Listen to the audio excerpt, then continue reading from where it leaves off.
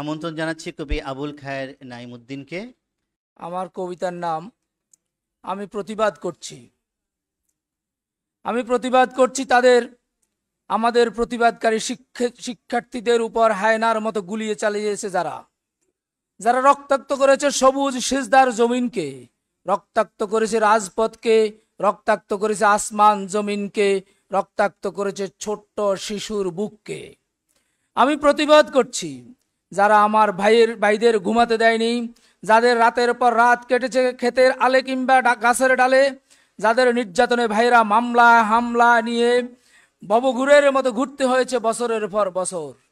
আমি প্রতিবাদ করছি যাদের অত্যাচারে আমার ভাইরা বছরের পর বছর কোর্টের বারান্দায় ঘুরতে হয়েছে, যাদের নির্যাতনে কেউ মা হারিয়েছে, কেউ বাবা হারিয়েছে, কেউ সন্তান হারিয়েছে, কেউ হারিয়েছে আপনজন, যাদের জুলুম নির্যাতনে বহু ভাই হাত হারিয়েছে, পা হারিয়েছে, পঙ্গু মাজুর করে দেওয়া হয়েছে।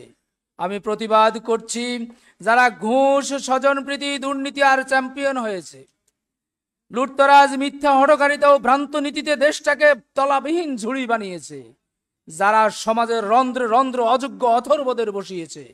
আমি প্রতিবাদ করছি তাদের যারা আজ সব অন্যায়ের পর নিরাপদে পালিয়েছে এবং যারা পালাতে সহযোগিতা করেছে।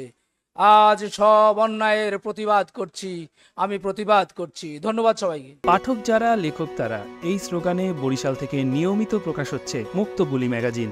পড়ুন, লিখুন, গ্রাহক হন, বিজ্ঞাপন দিন।